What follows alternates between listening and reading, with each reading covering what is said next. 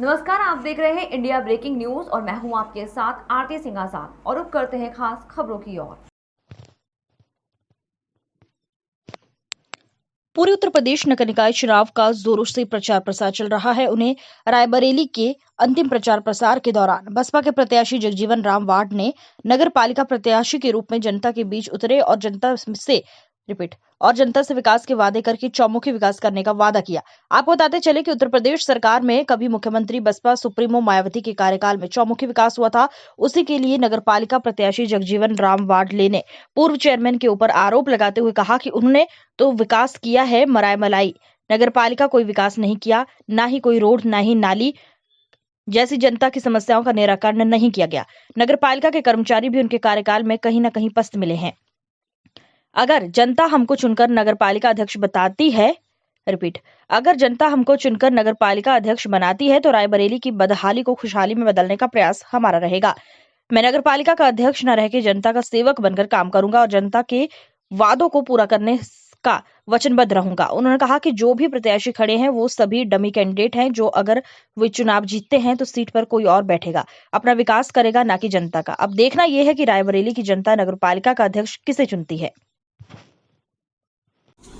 भैया अपना परिचय बताएं। भैया आदर्श नाम है मेरा और सोनिया नगर वार्ड नंबर 16 से हैं, निवासी हैं। ये नगर पालिका का चेयरमैन और सभासद का चुनाव चल रहा है जी। 5 सालों में क्या विकास रहा है नगर पालिका? नगर पालिका का चुनाव चल रहा है, चाहे चेयरमैन का हो चाहे सभासद का हो। 5 सालों में क्या विकास हुआ है चेयरमैन के द्वारा नगर पालिका का? विकास होता तो नज़र आता। अभी बारिश हुई तो सारी नालियां भर गई, रोडों पे पानी जमा हुआ है, सारे लोग परेशान हैं, खस्ता हाल सड़कें हैं, गड्ढे हैं। तो विकास होता तो नज़र आता। वो तो अपना राजनीति में आ जाते हैं लोग, विकास कराते नहीं, पार्टियां चेंज कर लेते हैं, बस अपने जेब भरने के लिए राजनीति में आते हैं लोग। तो विकास होता तो नज़र आता। अभी तक तो नहीं लगता है कि रायबरेली में कोई विकास हुआ है। रायबरेली से कई सारे प्रत्याशी खड़े हो रहे हैं जी। चाहे भाजपा को, चाहे कांग्रेस का या सपा या बीएसपी का या निर्दलीय जी। उनमें से आप किसको बेहतर समझ रहे हैं?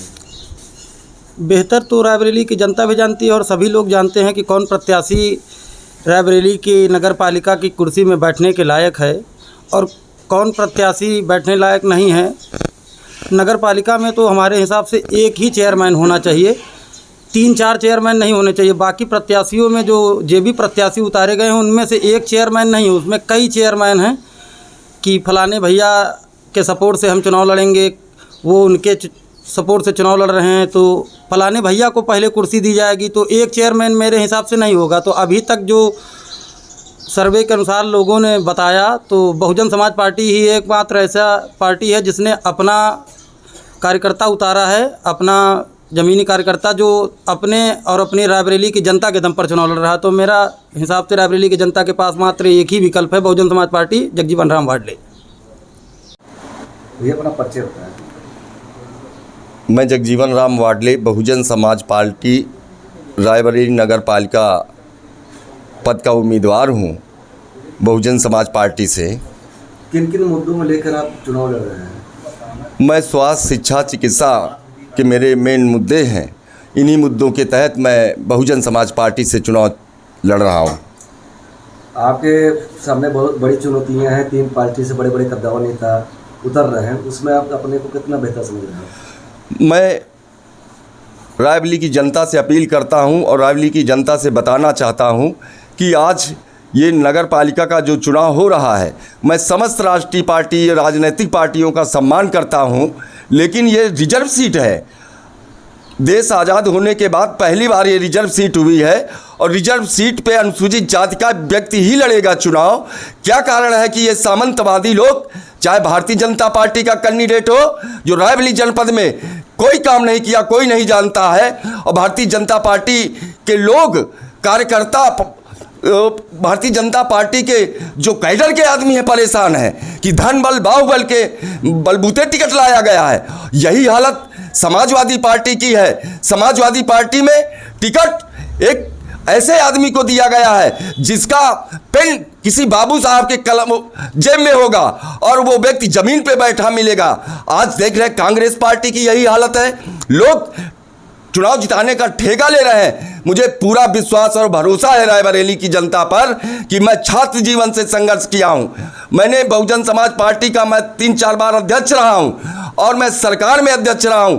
जो कोई मेरे दरवाजे आया है, जिसने भी मुझे आवेदन दिया है, चाहे जिस जात का हो, चाहे जिस धर्म का हो, मैंने दिल खोल के काम किया है। मुझे पूरा भरोसा है रायबरेली की जनता से, नौजवानों से, किसानों से, छात्रों से, बहन बेटियों से कि वो पूर्णतया वो जानती हैं कि वाडले भाई हर गरीब के दुख सुख में शरीक होते हैं और वो मुझे वोट देंगे। आज रायबरेली में मेरे चुनाव लड़ने से भारतीय जनता पार्टी के मुख्यमंत्री जी आ रहे हैं, आज बड़े बड़े नेता आ रहे हैं और उधर सारे कैंडिडेटों को लोग लिए नाच रहे हैं, जिनको देख लीजिए क्या माहौल बना रखा है।